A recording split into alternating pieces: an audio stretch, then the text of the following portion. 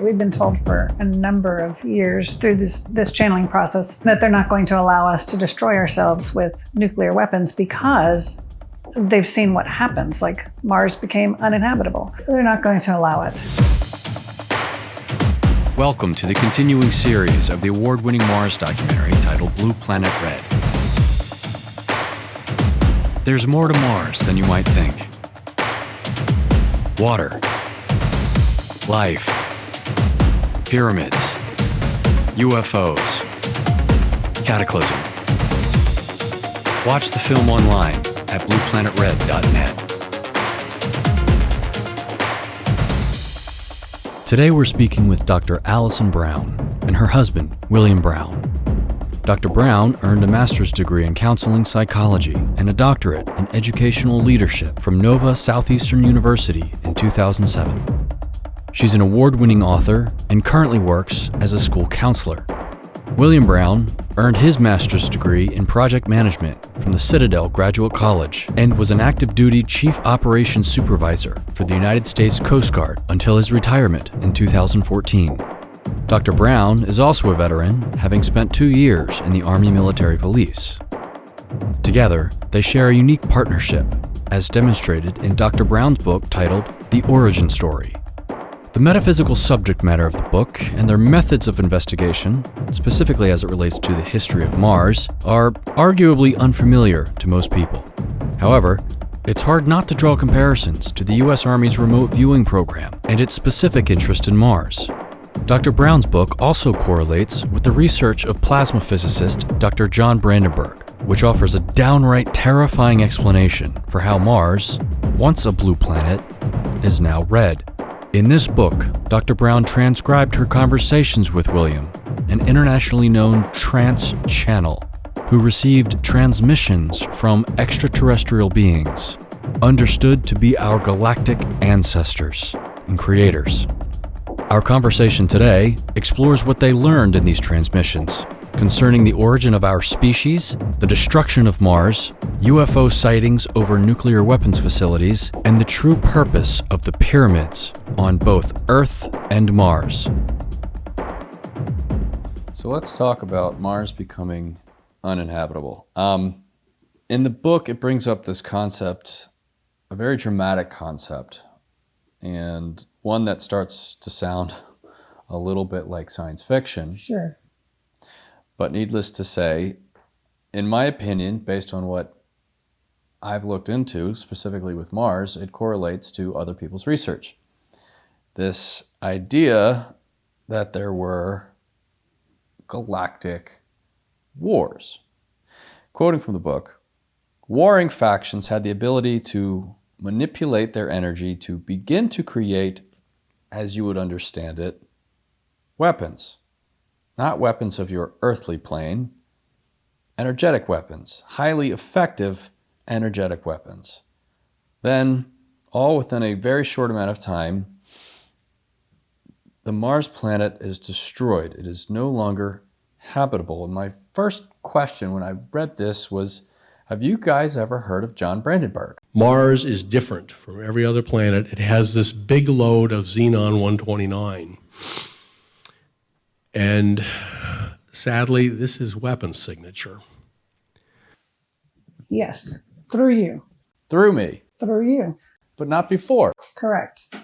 We're consciousness explorers. We like to do this sort of metaphysical work. It just so happens that those two worlds collided for us when we received this transmission from the 12, and we sort of fell into all of this. And then we found you and your information from that side, that scientific sort of side of it. We're coming at it from a completely different metaphysical consciousness understanding.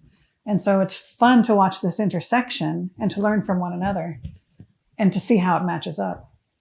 Yeah, it's fun, but it's also kind of scary because here we have two different disciplines more or less reporting the same outcome. But that's not scary, that's exciting. It's exciting, but what we're talking about here, it's heavy stuff. It is heavy. It is mind-blowing.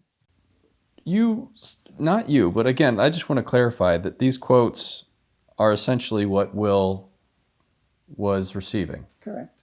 This is what he was being told in the trance state that you were He essentially was bringing forth, he was not bringing- told, but bringing forth. this information, and you were transcribing it, more or less, right? And you were probing them further for more Correct. information, okay? Right. And this is the information they're essentially revealing to you guys. Yes, absolutely.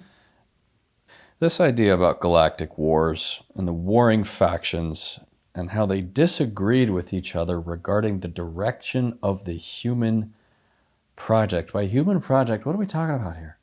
So this was the purpose of our galaxy. The 12 source clusters were brought in with the sole purpose of mingling their energies and hybridizing down into the ultimate project, which was the human form. That was the purpose of this galaxy. And like we understand, in human life, they didn't always agree. And so there were some conflicts as they got away from the 12th dimensional pure understanding of the purpose of our galaxy and on down, generationally speaking. I think the mission got diluted and forgotten to some degree. And so there were some beings and communities and civilizations that enjoyed the power and enjoyed their own existence and forgot about the mission of humans. This is the part I was confused about. If the galaxy was created for humans, that says to us humans that we're really important. Correct. And that was the point of the book. Okay, but are humans only on Earth? Yes. Okay, so but the galaxy's huge. Right. And Earth is like this. And there's tons of life. It's just not human life. Humans are unique because we have 12 energetic strands of DNA, 2 physical, and those 12 correlate with those 12 starseed clusters. And so we're a hybrid. We are a combination of all of those. So you're saying we're special. Exactly. But we are discovering that maybe there are humanoid. There are lots of humanoid beings. Yes, the Pleiadians are quite humanoid looking. So there are some beings that if you were to see them in physicality, they could be mistaken for a human, and they actually can walk around among us at this time and not be spotted. But would they agree with this conclusion that humans are special? I think so. All of the ones that we've ever spoken to agree with that because they understand the mission. Those beings are higher dimensional than we are. Why are we so special, though? Why are we so special? Yeah. Because this was the point of the project. But the bigger thing, Brian, here is that if we can understand ourselves as special, it isn't to inflate our ego. It's to understand that we were created in love, that we were created purposefully, that we have a purpose, we have a mission on our planet, and we want to be accepted into the galactic family at some point. And I think if humans understood that and had this concept, this idea of self-worth, we could have peace pretty quickly. But we're so used to beating ourselves up and being self-deprecating and not understanding our own worth and value that we don't value the human standing next to us, let alone the extraterrestrials that are out there in the community as well. So warring factions disagreed with each other regarding the direction of the human project. And it goes on to say that the Mars planet was diminished to a point at which it could no longer sustain life. But you have to understand the Mars planet was quite unstable, so it didn't take much for the Mars planet to be put to waste and all to be moved to the Earth planet. And, you know, I can't help but think of Joe McMoneagle, who was a remote viewer for the U.S. Army, saying something similar in his remote viewing session to his monitor, much like what you guys do. And quoting from Joe McMoneagle, "They're ancient people. They're dying. It's past their time or age. They're looking for a way to survive, and they just can't. There was a group or party of them that went to find a new place to live due to the corruption of their environment. It's failing very rapidly, and this group went somewhere, like a long way, to find another place to live." So when we're talking about the Mars planet was already quite unstable, are we talking about its, smaller planet size, its lower magnetic field, easier to destroy? What insight? That information didn't come through in the book, so I can't speak to that directly, but I think McGonagall is correct in that our understanding is when Mars became uninhabitable, 3 things happened.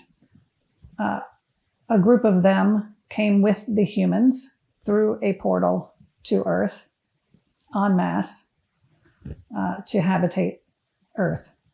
Another group of Martians went internal to the planet, energetically, of course, to stay there. And then a third group left to depart, which is possibly what he was seeing, to depart for other planets or other areas where they could exist. So we're talking a long time ago, these galactic wars.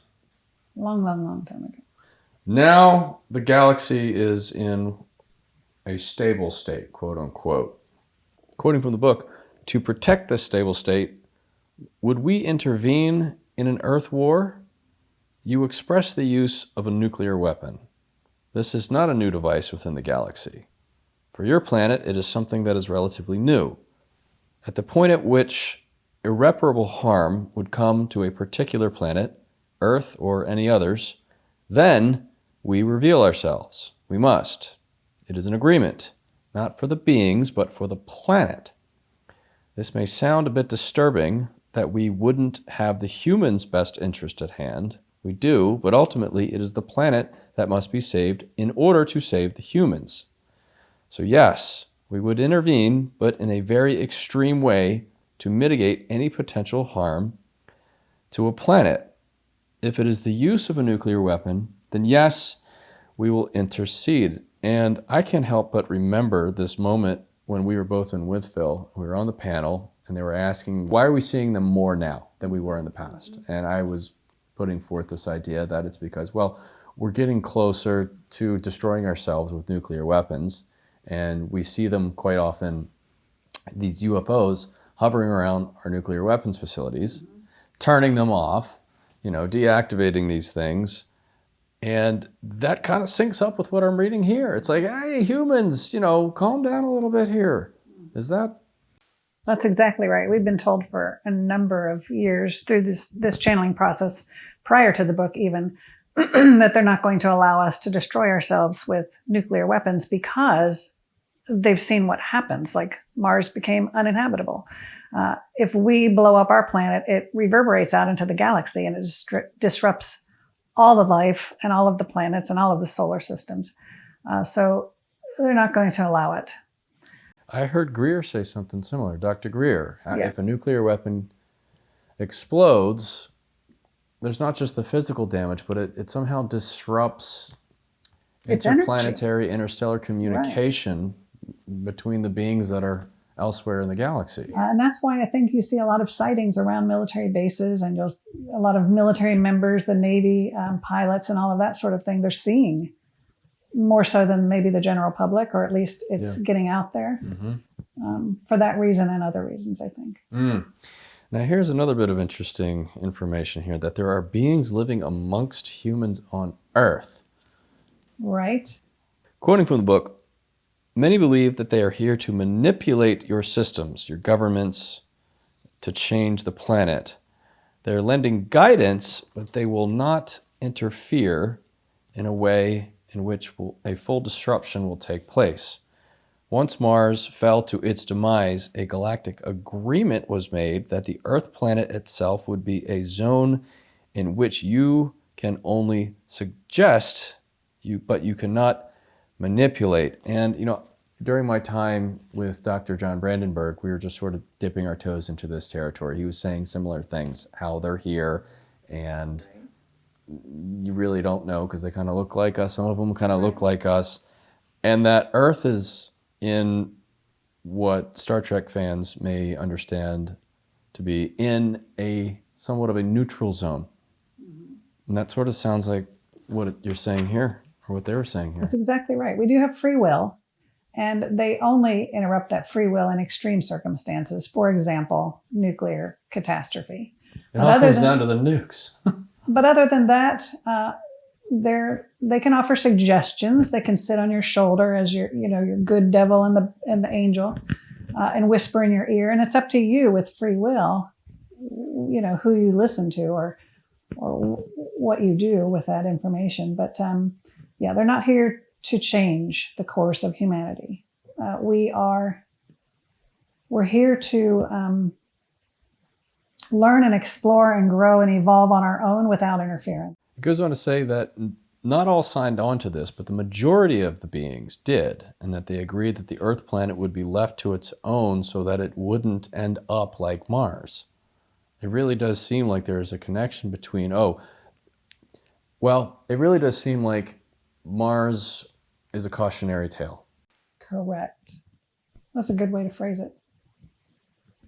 It just makes intuitive sense to me, given what I've learned, and I'm seeing, again, same conclusions, but from a completely different discipline. This is what fascinated me so much about the book here, is it just makes so much sense. And exactly. Given the destructive power of nuclear weapons, and they not wanting, if you, again, using Star Trek, the Prime Directive, like don't interfere with the beings down on the planet. They don't want to, change the way we develop. They want to give the inhabitants a chance to develop on their own, but they also want to make sure that they don't blow themselves up, because it's happened on Mars. Right. And how do you think the creators of Star Trek and other shows like that came up with all of this information? I've heard things.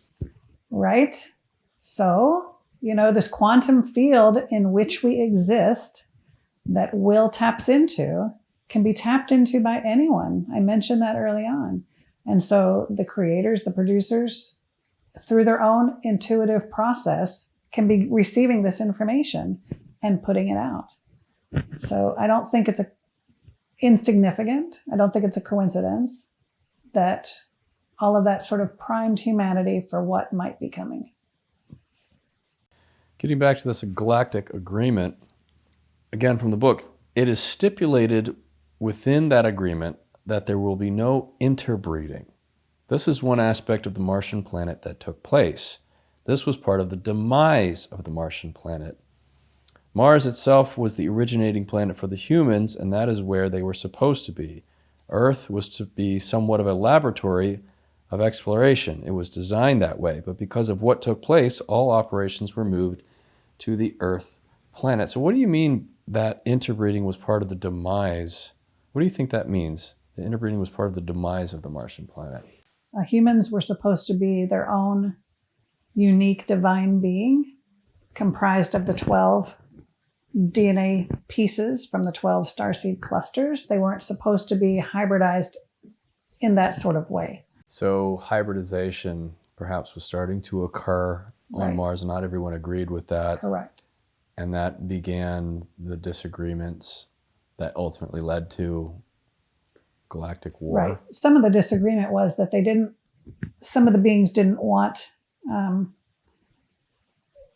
us to be comprised of 12. They wanted to have more influence, or have us be comprised maybe of 2 or 3 or 4 of them, not all 12. And so there were disagreements like that about how to hybridize. And they wanted more influence, hybridizing with more of their energy, for example. So apparently that wasn't the direction that needed to take place. Lastly, it says, but because of what took place, all operations were moved to the Earth planet. Are we still in operations now? Are there operations still happening? Is this human project still? Not in terms of an operation like a laboratory type of thing, because once we set up Earth and humans were left to evolve on our own, it was sort of hands off at that point. And so we're evolving on our own. And that's the point of the free will question that you had, and non-intervention. So I wouldn't say that it's an operation in that sense, no. So there's a lot of people who have heard about using a medium to communicate with deceased relatives. Mm-hmm. And, whether or not you actually believe in it, it's among pop culture enough that people are at least familiar with what that is. Mm-hmm. Now, you channel, but not deceased relatives. You communicate with other beings. Beings, energies, yes. And sometimes deceased relatives. The difference is with a medium, they're hearing or seeing information from that being, and they're interpreting it and verbalizing it while being conscious. Mm-hmm. When you're a channel, in Will's case, he's a trance channel, so his consciousness, he's out in a like a hypnosis state of trance, but completely under. And so the information is coming directly through and being verbalized. There's no He's not interpreting it or right. There's no filtering it. filtering of it through my consciousness, my waking consciousness. So it's almost like you're hitting pause on will. This is correct. This is correct. And then there's just a signal being received, and you were just verbalizing what you're receiving. Exactly. That is exactly There's correct. no interpretation there. That's correct. Okay. So, for those people who've never heard of this, who might consider it a bit woo-woo, but, woo-woo is sort of in nowadays. What would you do to try to contextualize this for them in a way that might make sense to them? And, describe what skepticism has come your way and how you handle that. We really haven't experienced a lot of overt skeptics come into our awareness. Perhaps they stay to themselves. But to your earlier point about the military, if the military is interested in consciousness exploration, then there's probably something to it. And they have been for probably 70, 80 years or more.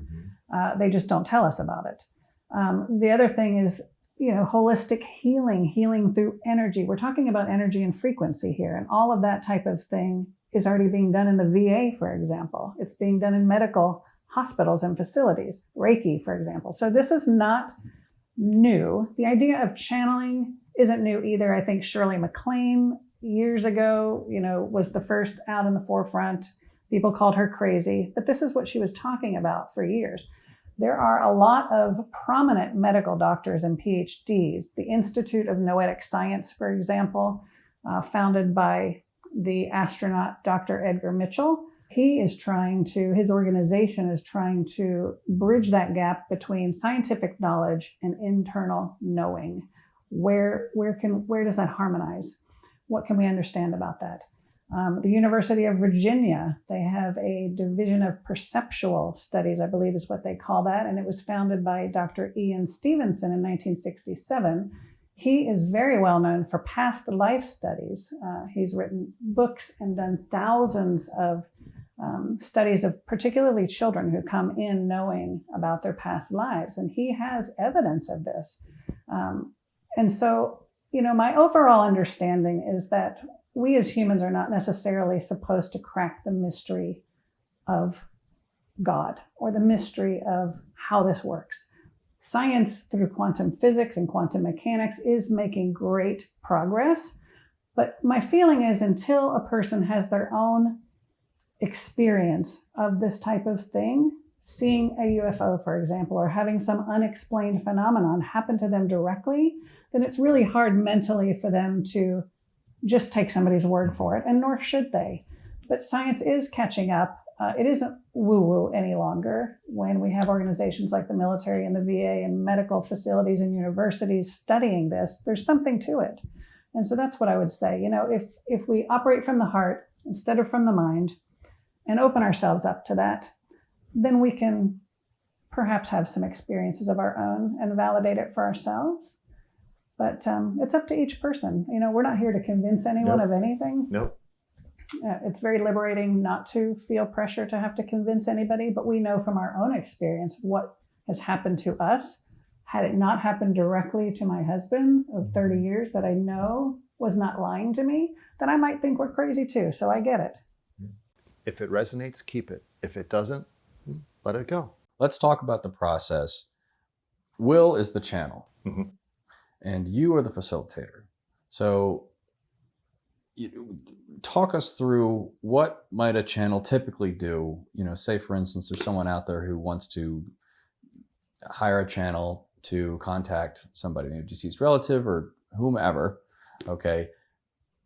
How does your process differ from what other channels do? Well, in a couple of ways. There are conscious channels and there are trance channels. And the conscious channel, again, is filtering it through their own mind and sort of putting a spin or an interpretation, or they could, because they have a filter. We all have a filter. So when you're in a trance state, that filter goes away. His consciousness steps aside. There is no filter. So it's coming straight through. Well, it says here you've been working with clients all over the world. Yes. Most recently, we've had, I'd say half our clientele for the year of 2024 have been from Australia. Pretty much all around the world, we've had clients reach out to us to get a little insight in their I'll say their life, their experience here. So once I am in the trance state, no matter the length of time that I'm in and the questions that are asked, I don't remember anything that takes place during that session. Leading up to it, yes, and then coming out of the trance state, I will, but anything in between, no. So it is as if my body is put on pause for that moment, and all the questions can be asked, and it'll just flow through. Yeah. Well, I noticed last night at the church, at the gathering there, there was a distinct difference between this Will and then the one who was in that trance state. I mean, you're speaking at length. You're not at a loss for words. You're using creative language, and it's not how you're speaking right now, and it just doesn't even seem like the same person. And that one typical alignment for trance channels. Many of them will. Their cadence will change, their sentence structures will change. They'll even pick up a bit of an accent. So I don't typically listen to all of my channeled work, even for the book that we're talking about. I have not at length listened to or read everything about it, because that's just my process. Each channel that I know of has their own process for their channeling. And for myself, I try to keep myself completely clean and clear, even of my own work. So it doesn't influence anything that's to come for another session. And so for those clients who come to you and say, I want to contact whomever, Allison, you will help as a facilitator craft the right line of questioning. You'll tailor the client's questions to get the best possible response out of the channel session. Right. Sometimes they don't really know what to ask. So if I understand their goal, what it is they're trying to receive from the session, then I can use my own intuition and my understanding of how this process works to get the best outcome for them. So in working on this book, describe what that session looked like. You come home from work, you turn the lights off, light a few candles. What is it? Not quite that dramatic. No, this is our playhouse, the treehouse here. So we always come up and practice. We like to play in the energy and practice and just have fun. So we came up to see what would come through, and we were surprised. I would come out of trance for one of these transmissions, and she just would be over the moon with the information. And I'm looking at her like, what just happened? And so I'd have to take a moment to kind of gain my composure, and then she would debrief me on all the information. And it was fascinating. I'm just like, where, even to the point where I'm reading some of these chapters, bits of them, and I have to ask her, I said, where did this come from? Did I actually channel this? Just like you were saying, that the will that's channeling is much different than the will that is, just having a conversation with you. And it is just fascinating. Right. You've written an entire book, the origin story, based on your communications with who? The 12 source clusters or starseed clusters that have founded our galaxy. Okay. So for those who don't know exactly what that means, okay, that sounds a bit heavy. All right, in a good way. So the starseed clusters, those who have founded our galaxy, what are we talking about here? So if you've watched Ancient Aliens or any show like that, the theory is out there that at least some structures on Earth had extraterrestrial intervention. Some people also have a theory, I think, that humans have come from our star brethren, our star family. Perhaps they have had some sort of influence on our physical bodies. And so our understanding is that's an accurate assumption. Okay. We have a source point. We know source, God, that sort of nebulous idea that we pray to. And so these 12 starseed clusters are actually source. They came from source and ended up hybridizing and creating all of the structures in our galaxy, planets, star systems, solar systems, and Earth, and all of the things that are within our galaxy, our universe. And that is our understanding of how humanity came to be through these 12 starseed source clusters. Now, this is new to me, and I imagine it might be new for other people, but what I find so fascinating are the similarities between the remote viewing program that I came across during the making of the documentary. Mm-hmm. That was totally new to me. And what I found so interesting about that in particular was that the U.S. Army they had a program that at least lasted 20 years. Who knows? Probably it's still going on. So this concept of using, I'll just say, extrasensory abilities to contact or to see or to try to experience something otherworldly, Right. or maybe outside of the realm of our physical reality. Yep. That's not something that I think I or a lot of other people took seriously outside of the realm of science fiction. But here we are in 2024, and there's a whole lot that I'm entertaining these days that I Right. wouldn't have before. A lot is being revealed. Absolutely. Okay, so the question is, how are you making contact with these folks, and what is the process between the two of you that allows you to do that? Yeah. Well, this came about by you had I'll say an inkling that the starseed aspect needs to be explored a little bit further, and starseeds have been known for some time for a lot of people within the metaphysical space. And they use it to kind of align themselves with an understanding of energy and different planet transitions and stuff like that.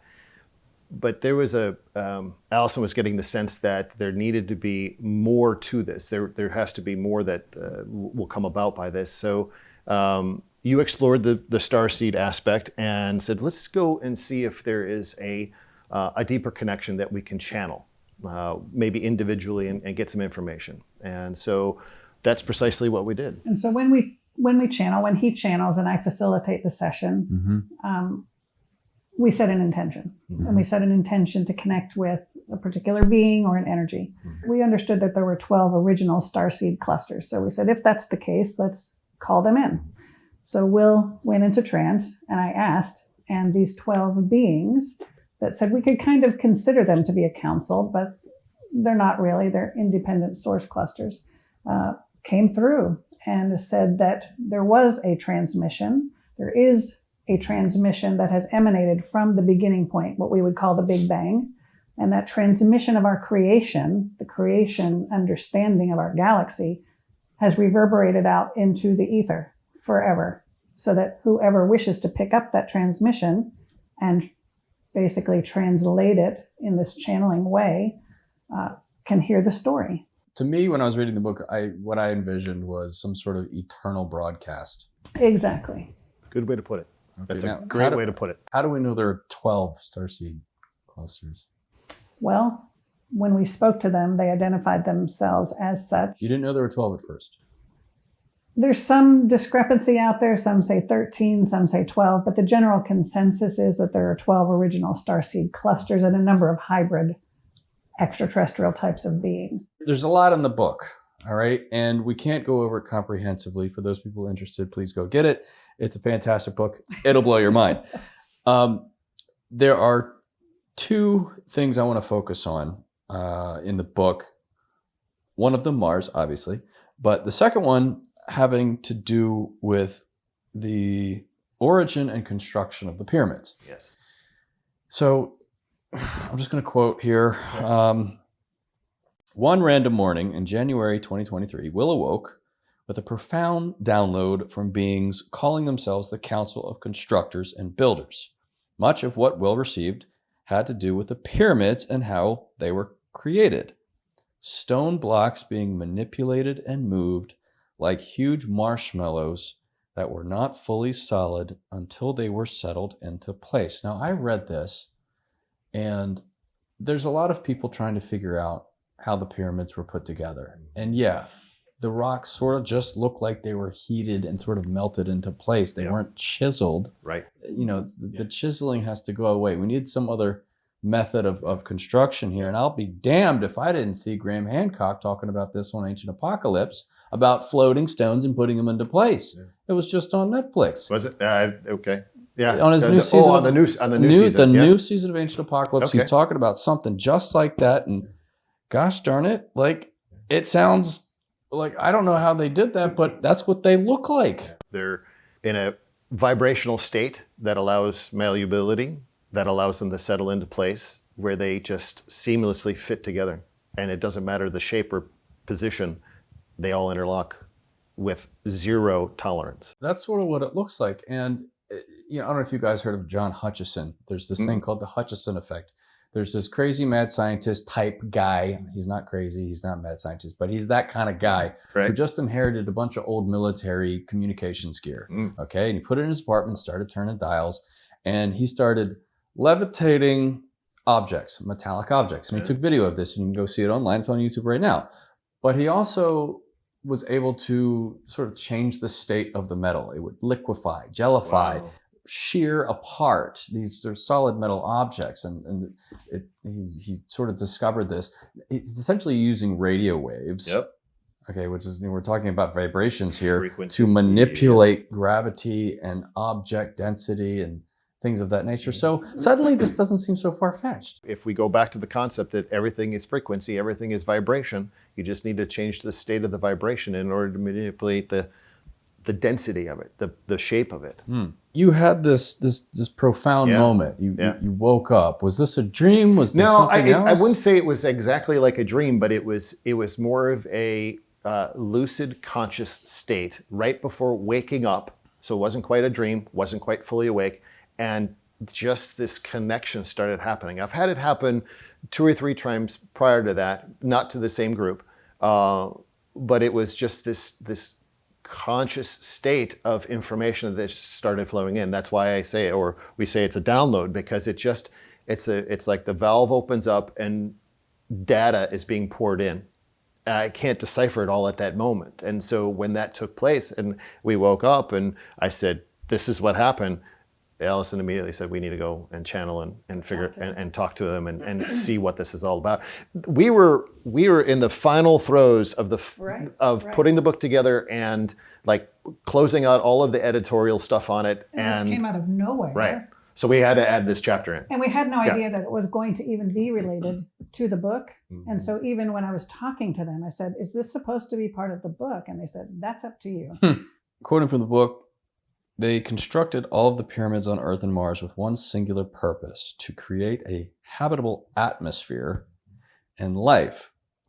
The pyramids sustained a vibration of creation for millions of years, active until the arrival of human beings. In other words, once they did their job, they turned off and they're no longer needed, but they're still there, and we're trying to figure out how they got there. And then, different ancient cultures moved in, civilizations moved in and said, oh, look at this neat home. Let me redo the wallpaper. With each successive civilization, they change it just a bit. They use it for their purpose.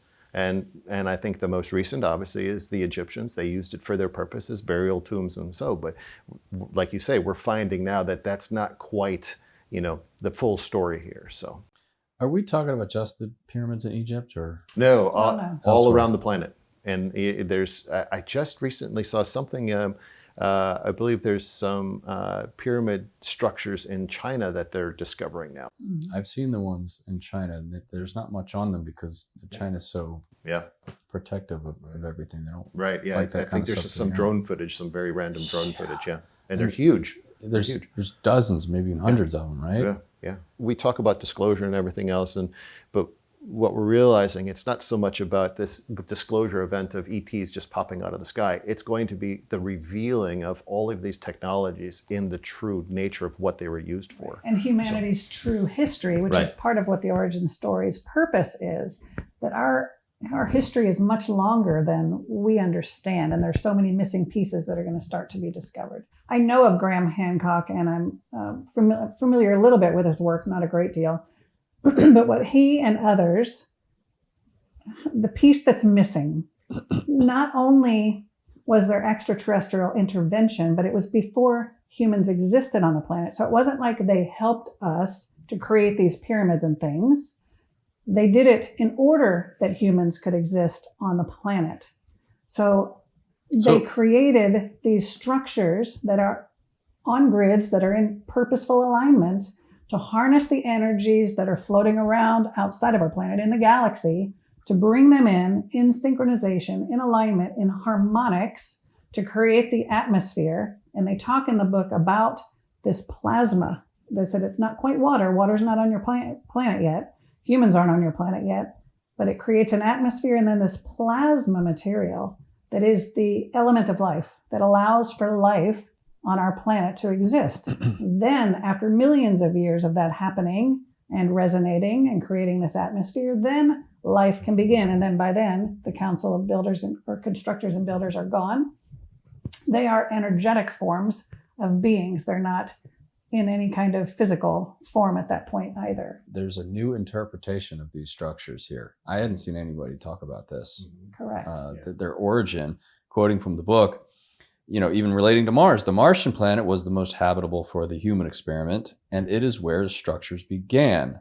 The purpose of the structures were to begin the existence of creation. Mm-hmm. Much has been destroyed through time, but those structures are still there. And I think getting to what you just said, humans are still confused about our history, not realizing that we've been active on Earth for millions of years and throughout time, suffering through global catastrophes. We rediscover these structures and impart our own experience into them. So we discover them in the modern age, and we think, oh, they're tombs, but now that's sort of shifting, and maybe there's these energy factories that are maybe 10,000 years old. But you're suggesting that these things were specifically, well, not you're suggesting, what you were told by the Council of Constructors and Builders were that these things were put into place to create a habitable planet. Yeah. And it says in the book that the pyramids are the most efficient structure to sustain a particular vibrational frequency, harnessing the vortices of energies running through the galaxy and funneling them into our planet. So if you were to reword that. To kind of summarize it, that's what these were. They were structures to begin life, to funnel in all of the energy that's all around us always and create that sustained life force. Yes, it says in the book, bringing it back to Mars, there are arguably pyramids on Mars. Mm-hmm. And what the book is suggesting is that pyramids were placed on Mars for the same purpose and made that planet habitable before Earth. That's correct. Right. That's correct. Yeah. When you dive into the book and into the Mars chapter, and that's what it explains, is that the Mars planet was the first place that humans were brought to life. And then Earth was more of a, I'll say, a laboratory. They would go and explore Earth for its fauna and flora and all that. But then when Mars became uninhabitable, they moved to Earth and left it behind because it wasn't in that habitable zone any longer.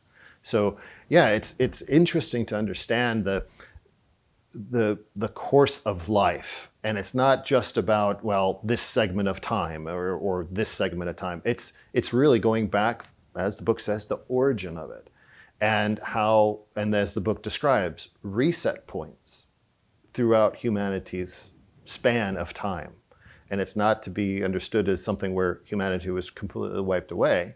It's a reset point to bring consciousness to a higher level and a higher level. We're in a consciousness reset point now where it's evolving, not reset in the terms of what the book talked about, but in a term that consciousness itself is evolving to where we're exploring newer and newer aspects of ourselves, newer aspects of our planetary system. So we're coming out of the confines of just everyday life and understanding that we have more to our existence than just this, flesh and bones body that's here. All right, so I hear this term. I've heard it from somebody else.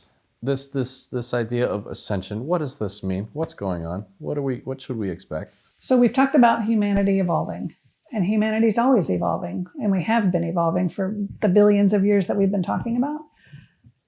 So now we are moving up in dimensionality. We understand ourselves to be in the third dimension.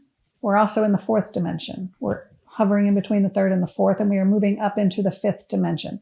This is, in my understanding, the first time that humans in physicality have ever moved into the fifth dimension. Typically, that wouldn't happen unless you transitioned out of the physical body and became energetic.